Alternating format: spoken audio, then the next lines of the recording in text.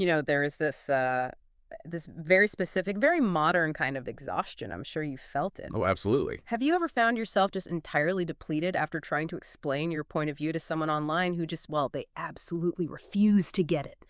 You type out this long, thoughtful, perfectly reasoned response. You hit send, Yeah. and immediately you just feel your soul leave your body.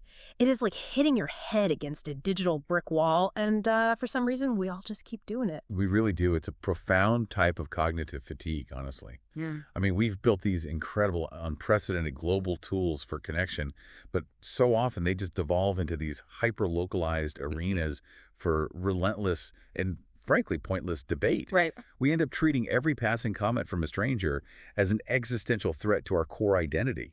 And, it is just draining us. Exactly. And that is exactly what our mission is for you today. On this deep dive, we are going to figure out how to stop wasting your precious creative energy on people who are determined to misunderstand you. It's so needed. It really is. And to map out this ultimate escape route, we're actually connecting a few wild sources today.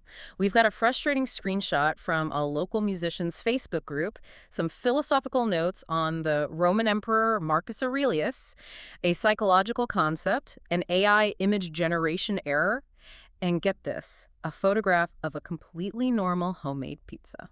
It's quite the stack of sources. Yeah, it really is. But it's all about reclaiming your personal sovereignty and mastering the art of creative detachment. Which is a vital skill set for the modern era. Yes. And to understand how to escape this trap, we first have to look at how easily we fall into it. Right. So let's start with a classic internet disaster from our sources. Picture this. A modern classical composer joins a Facebook group for musicians down in Medellín, Colombia. Okay. And the expectation, naturally, is that this is going to be a broad community, right? A place to share diverse ideas, find collaborators, tap into the local music scene. Which is a perfectly reasonable expectation, on paper. But the reality of online communities is often a classic mismatch of expectations. Oh. Because the composer quickly realizes this group is essentially a closed loop. Oh, entirely. It's almost exclusively focused on finding members for 80s metal cover bands. Yeah. Just a complete echo chamber of nostalgia. Which, A, is fine if you love 80s metal, but our composer decides to test the waters anyway. They post a message asking, if anyone wants to start an actual original band, give me a shout. A very innocent question. Very innocent. But almost immediately, the trap is sprung. A commenter named Juan Quar aggressively replies. He doesn't just scroll past, right? And he doesn't just say, no thanks. He launches into a manifesto. Oh, of course he does. Yeah. He says that original bands don't make sense anymore. He claims that in the AI era, original music is just irrelevant. And explicitly states, quote, I don't care about your original songs. Wow. See, it is a highly provocative response. It's not a critique. It's bait. It is designed either consciously or subconsciously to get a reaction. And it works perfectly. I mean, the composer takes the bait. They reply, arguing that AI doesn't bring honest friction to the creative process, and by that token, lacks sincerity. They ask the commenter, without sincerity, what do you even have in art? And right there, the trap snaps shut. The composer has fallen directly into what psychologists and behavioral experts call the JDE trap. JD. Yeah, JADE. It stands for the urge to justify, argue, defend, or explain yourself. Oh, wow. Justify, argue, defend, explain. I feel like I do that 3 times before breakfast. Most of us do. But why is it a trap? Exactly, because it feels like a really natural response to being attacked. Well, it feels natural because it is deeply rooted in our evolutionary psychology. For early humans, being misunderstood or rejected by the tribe meant you might be cast out, which meant you would literally starve. Our brains are hardwired to seek consensus or group approval for survival. Right, survival of the fittest group. Exactly. So when someone attacks your ideas online, your brain doesn't see a random guy in a Facebook group. It sees a tribal elder threatening you with exile. You feel this intense biological urge to justify, argue, defend, and explain so you aren't cast out into the wilderness. That is wild. So our ancient survival mechanisms are just totally misfiring in the digital age. Precisely.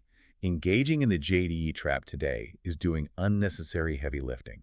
You're doing this grueling, emotional, and intellectual labor of trying to force someone to see your perspective when they have explicitly told you they do not care. Yeah.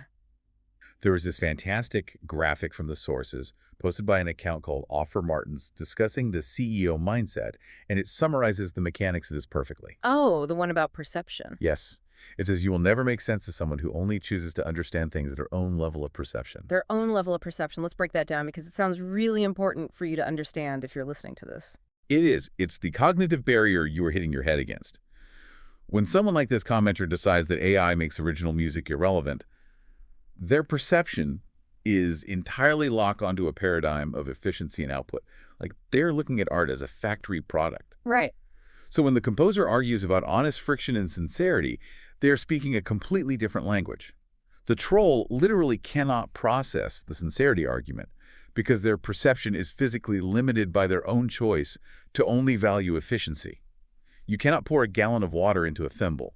But wait, I have to push back on this for a second. Let's look at the composer's actual argument. Okay. Isn't defending human art and sincerity against AI apathy a noble cause? I mean, shouldn't we stand up for the value of original human creation?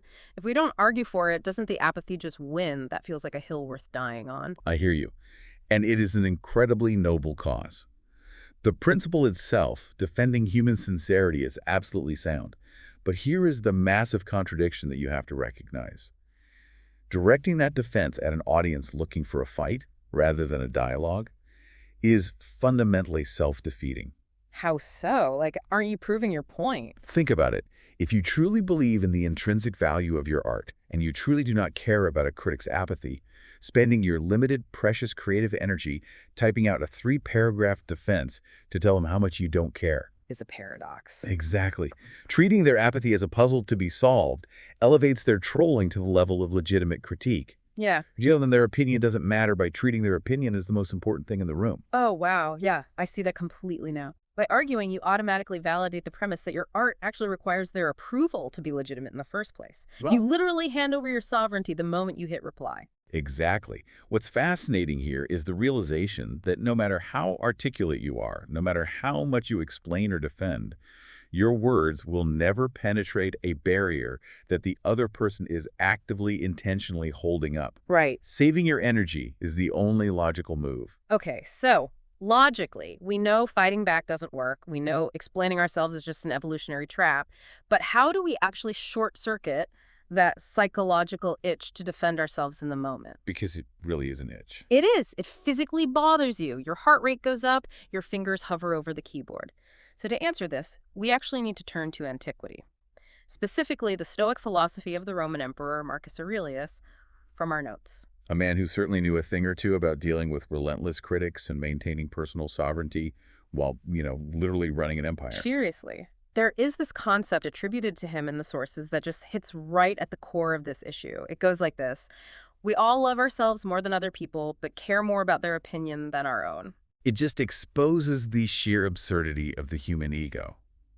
But there is a brilliant psychological flip of this perspective found in the sources that makes it highly actionable for you in your daily life. How does the flip work? Well, to cure the itch to defend yourself, you have to internalize 2 realities about the people who are judging you. First, consider the strangers. Strangers do not care about your faults. Which, I mean, it sounds a little harsh at first, but when you think about it, it's actually incredibly liberating. It is deeply liberating because we have to understand the mechanics of projection. When a stranger attacks your choices online, like our friend attacking original music, they are not actually hyper-focused on you. They don't know you. Right. They are projecting their own limited level of perception, their own insecurities and their own internal struggles onto a blank screen that just happens to have your name on it. He's not mad at the composer.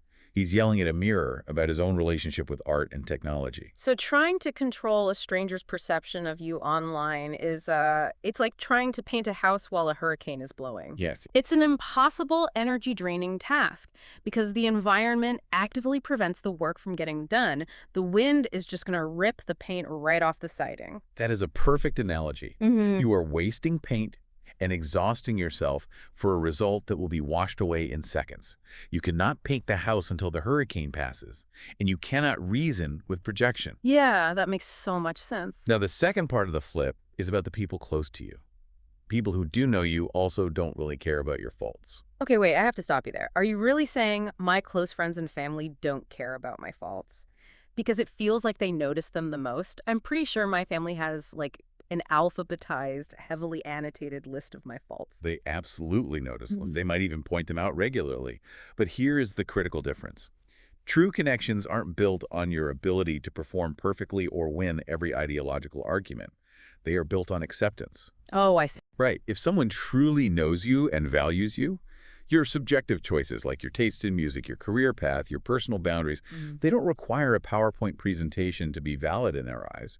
They accept the whole package. Yeah. They aren't going to exile you from the tribe because you want to play original music instead of 80s covers. Okay, I see the distinction. It's the difference between noticing a flaw and making your relationship contingent on fixing it.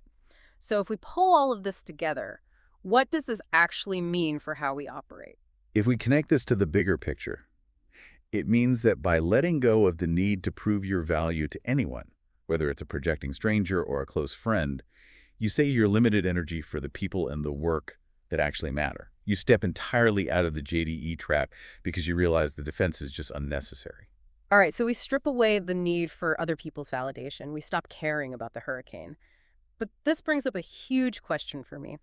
If we aren't using other people to validate us, what actually makes our personal choices or our art valid? Like, where does the foundation come from if not from external consensus? That is the million-dollar question.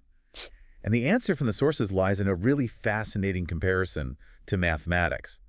Think about an axiomatic truth, like the equation 2 plus 2 equals 4. Okay, basic arithmetic. I'm with you. When a fact is self-evident, it doesn't need a witness.